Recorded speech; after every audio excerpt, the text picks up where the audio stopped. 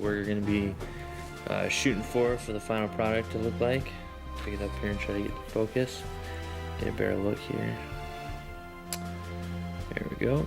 So what I was going for was to kind of go for like a cracked earth with the lava kind of seeping through, and then kind of have maybe like a look of dried lava rock there where maybe it was already solidified some. So I really like the way this turned out. So let's get into what we're going to need for the first step. Alright, of course, for the first thing you're going to need some bases. Really any sizes that you're going for. Next thing, you'll need some technical paint, hard coat. Another technical, the agrelian earth. That's how you say it, yeah. Agrelian earth. And then texture, the astro granite. You can really use any texture, really. This is just one of the more available colors. I know they're redoing all their texture paints right now, so but that one would work just fine. And then of course some kind of tool to scoop the technical and the texture out and put onto the base. Alright, so for step one, we're going to take a base here and the ard coat. Now what the ard coat's going to do is kind of give a better surface for the agrelian earth to hold on to. Found if you just go straight agrelian earth on the base here, when it dries, some of the bigger chunks are going to want to flake off. So it just kind of gives a little more, I don't know, kind of a holding power, almost like a glue, if you will, for this to attach to. So I'm pretty liberal with it. I put a good amount on here, just to coat the whole base, because each base I do a little bit different pattern with the different textures and technical paints. So it's just better just to coat the whole base and then go from there. So now just let that dry, and once it's dry, then we'll go on to the next step. Alright, so for this next part, we're going to use the texture astro granite, as well as the technical agrelian earth. Now you can kind of use these kind of either or. Like you can use this one first if you want, and this one. I find it's easier if you use this first and then this, because the astro granite will kind of help create the borders for the agrelian earth. The first thing, as you can see, the base isn't quite dry yet with the lamian or the hard coat, but that's all right. You don't need it to be completely dry. Just it's dry enough right now that I can apply these two layers without worrying about it. And it's kind of a little bit better if it's still a little wet, just because then it will help with the agrelian earth become that kind of glue. So I got a good amount here of the astro granite, and I'm just gonna put it, just basically start putting it right on the base here, and kind of just start spreading it around.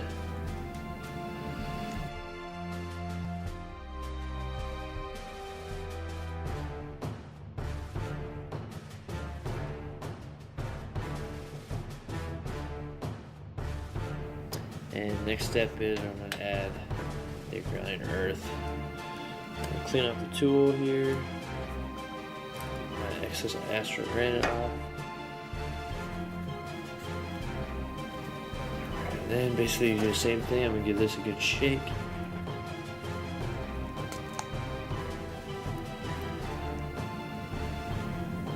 Alright. We'll start putting this in here. As I had said before, it creates that nice border that you can kind of use to kind of just dab in where you want it. Now with this agrelian earth, the thicker on you put it, the bigger the cracks and like the bigger, I guess you could say, kind of the chunks of earth will be left over.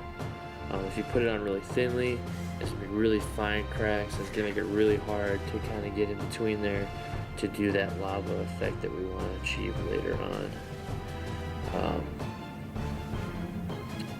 but you know, it's still possible to do it with the smaller cracks, but it is, like I said, it can be a lot harder to achieve. But to each their own. Sometimes, you know, you just want a little bit of effect, maybe. You don't want like a huge lava field. So, all right. So there we have this step done. Now the next step is just to let it dry. Probably let it dry overnight to get the good cracking, because you want this to crack all the way through before we start the next step. Okay, now that that's dry, you can kind of see what it looks like. It looks pretty good. So you have that kind of nice transition, kind of breaking through lava flow type of deal. So now the next step is you need to coat the whole thing in black. Now I just use the Chaos Black spray that GW has. You can use a brush too. It's just going to take a little bit longer. The spray is just really quick. Spray the whole area. You know, don't put a huge, like, two coat. You don't want to, you know, just like when you undercut your models, you don't want to get the coat too thick. So yeah, just spray it real quick, and then we'll move on to the next step. So let me go do that. We'll be right back. All right. So the other base that we just primed in the black is still drying. I have a few other bases that I had already primed up and have ready. So as you can see the detail here on this one.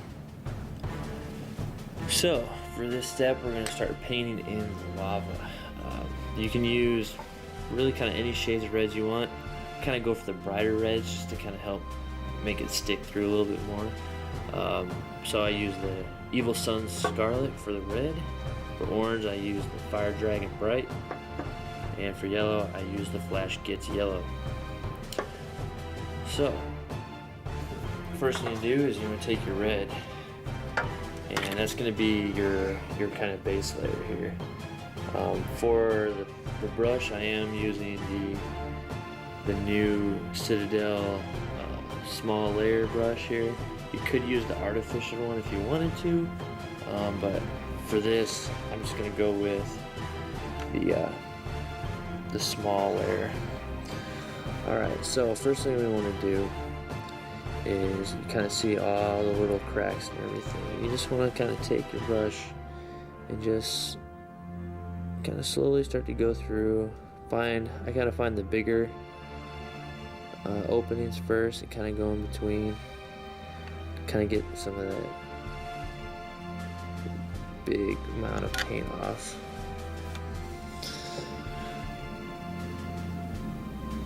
And then just kind of work it in there, into the cracks around it, taking your time.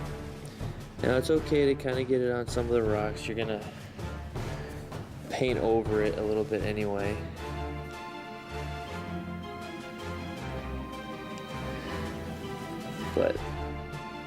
And it also looks kind of good, like maybe the lava is seeping up out of onto those rocks, or splashing out onto them.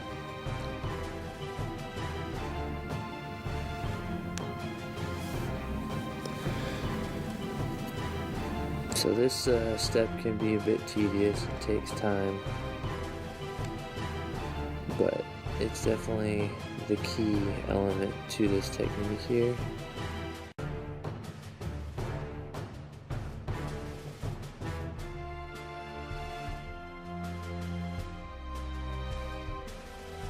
Show you something I like to do for the really small cracks. So you can see it gets a lot smaller. So for that, I'll actually kind of pretty much just paint the whole rocks, but mostly forcing the brush down in between those cracks, just because I want to, you don't want just the lava to look like it's just around the big rocks, because that really wouldn't make a whole lot of sense then. So just kind of force it down as much as you can into those smaller cracks, because we're going to come through later with black again on our brush this time, and we'll touch up all the rocks and make it really nice and neat. Okay, so I finished up with the red. Got all the red in there where I want. Now, I haven't cleaned up any of the rocks yet with any of the black, because we're going to continue on, do our orange and then our yellow. Then we're going to go back through and clean it up. So now with the orange, now you're not going to do everything with the orange all over. You're just kind of pick and choose areas. But this is no real right or wrong. It's more, you just want to kind of put a few here, there, kind of feel it out and see how it looks after you've added some here and there. So I'm going through, add a little through here, kind of have it snake through a little bit, give it a little bit of life to it, like maybe it's flowing around some, have it come through the middle. So maybe there's some bubbling up in the middle there.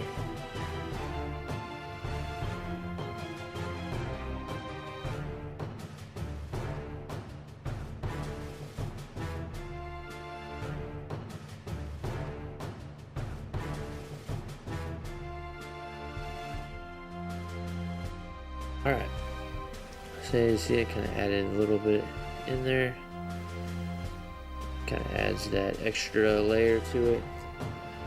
Now it's still gonna, at this level right now, it's kind of like, well, alright, it looks okay, but it's not quite complete. Once we touch it up with that black, it makes all the difference. Alright, so now onto the yellow. So with this, you kind of want to use it as your highlight color for the orange. Now you can use it on its own in other areas, but primarily I kind of just use it in with the orange because that's the next transition color for it. Now you don't want to cover up all the orange, just do a little bit, so that way maybe the center of the orange or the lines that you're doing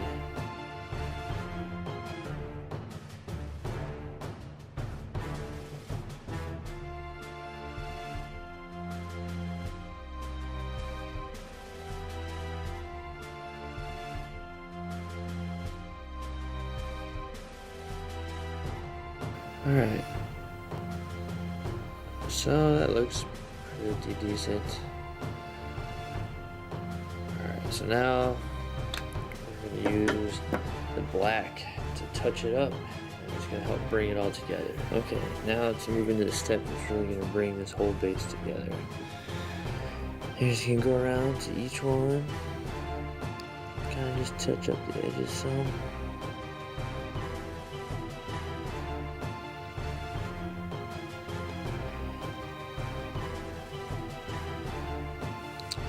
Now on the smaller ones here, I'm just going to use the side of my brush. Just touch the tops. Kind of in a way, kind of dry brushing it in a way, I suppose.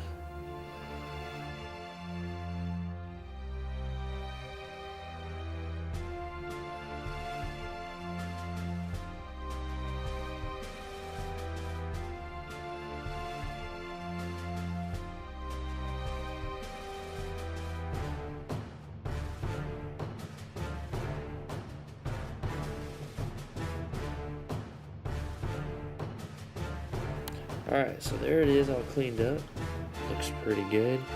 Now we're going to do a dry brushing. Now you can do different types of dry brushing, as in you can do from here, go to a darker gray, like Eshin gray, up to a Dawnstone, or you can just, like I'm just going to take Dawnstone, do a quick light brush over it, and we'll get our next effect. So, alright, so the next one, like I said, I'm going to use the Dawnstone.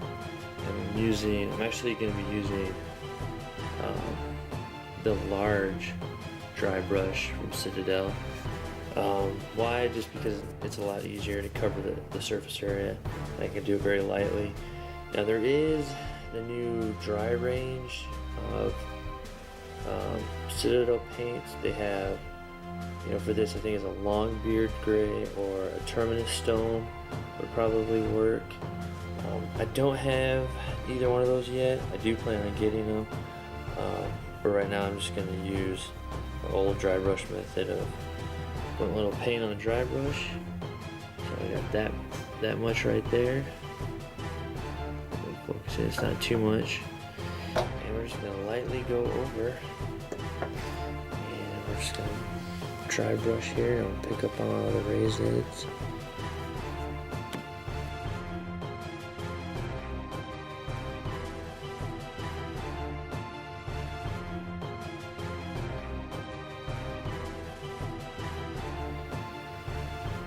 Looks pretty good. Alright, so I'll be using the bloodletter glaze, and even though I'm using the glaze, I will be using the medium shade as the brush I have right now. I don't have the other glaze brushes, I have a small glaze. But yeah, the medium glaze will work fine. It has a lot on there, and so I'm going to be very liberal with it. We're going to use this. It should hold enough at one time. Like I said, we'll just go in, get a nice big old dab of it, and just start working it in. It's just going to cover the whole base, but primarily I want to go over the lava areas.